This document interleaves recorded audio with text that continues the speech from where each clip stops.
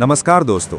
आज विश्व की दो सबसे खतरनाक और सबसे संतुलित टीमें कोलकाता नाइट राइडर्स और पंजाब किंग्स कोलकाता के ऐतिहासिक ईडन गार्डन स्टेडियम के मैदान पर आईपीएल 2026 के 12वें मुकाबले में आमने सामने थी।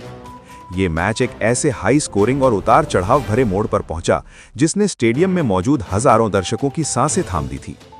टॉस जीतकर केकेआर के कप्तान अजिंक्य रहाणे ने ईडन की तेज आउटफील्ड और शाम की ओस को देखते हुए पहले गेंदबाजी करने का रणनीतिक निर्णय लिया, जिसके बाद पंजाब किंग्स की टीम बल्लेबाजी करने उतरी। कोलकाता के ईडन गार्डन स्टेडियम का कोना कोना उस शाम एक अद्भुत दृश्य पेश कर रहा था। स्टैंड्स में बैंगनी और लाल रंग का ऐसा संगम था मानो पूरा मैदान एक जीवंत समंदर में तब्दील हो चुका हो। एक तरफ श्रेयस अय्यर की पंजाब किंग्स अपनी नई रणनीति के साथ तैयार थी, तो दूसरी तरफ अपने घर में अजेय मानी जाने वाली केकेआर की टोली इस किले की रक्षा करने के इरादे से उतरी थी। जैसे ही अंपायरों ने खेल शुरू होने का संकेत दिया, पंजाब की शुरुआत किसी शांत समंदर जैसी नहीं बल्कि एक सक्रिय ज्वालामुखी के फटने जैसी रही। पंजाब के सलामी बल्लेबाज प्रभसिमरन सिंह और कूपर कोनोली ने मैदान पर कदम रखते ही केकेआर के तेज गेंदबाजों पर धावा बोल दिया। वैभव अरोड़ा के पहले ही ओवर में प्रभसिमरन ने 2 कड़क चौके जड़कर अपने इरादे साफ कर दिए थे। ईडन गार्डन्स की ऐतिहासिक और मखमली पिच पर आज गेंद बल्ले पर इतनी शानदार तरीके से आ रही थी कि मानो बल्लेबाज और गेंद के बीच कोई पुराना गहरा रिश्ता हो। इस बेहतरीन बैटिंग पैराडाइज का पूरा और भरपूर फायदा पंजाब किंग्स के सलामी बल्लेबाजों ने अपनी आक्रामक बल्लेबाजी से उठाया। जैसे ही मैच की पहली गेंद फेंकी गई, ये साफ हो गया था कि आज रनों का सैलाब आने वाला है। पावर प्ले के उन शुरुआती और निर्णायक 6 ओवरों में पंजाब की जोड़ी ने केकेआर के गेंदबाजों की बखिया उधेड़ते हुए बिना कोई विकेट खोए स्कोरबोर्ड पर 65 रनों का विशाल स्कोर टांग दिया था।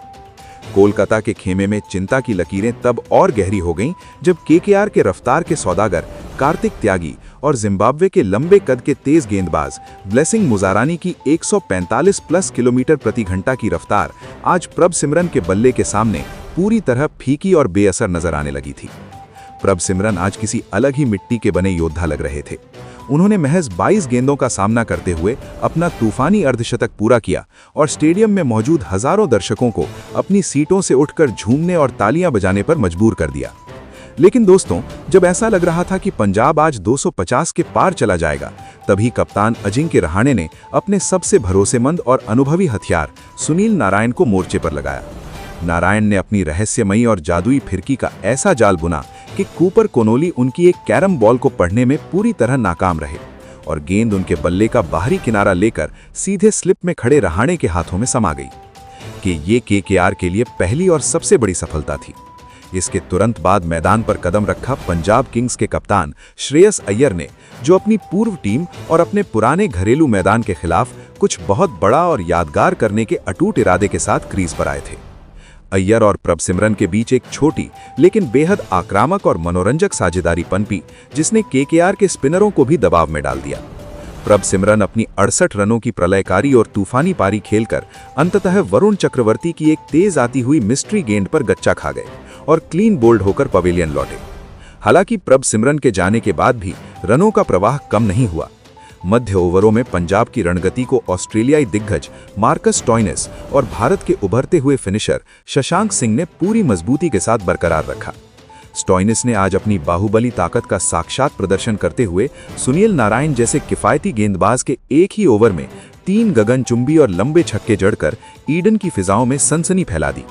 दूसरे छोर पर शशांक सिंह ने भी अपनी क्लास दिखाई और पारी के अंत में कुछ बेहद आकर्षक और सटीक शॉट खेले, जिसकी बदौलत पंजाब किंग्स का स्कोर निर्धारित 20 ओवरों में 212/5 के एक विशाल, अभेद्य और पहाड़ जैसे आंकड़े तक जा पहुंचा।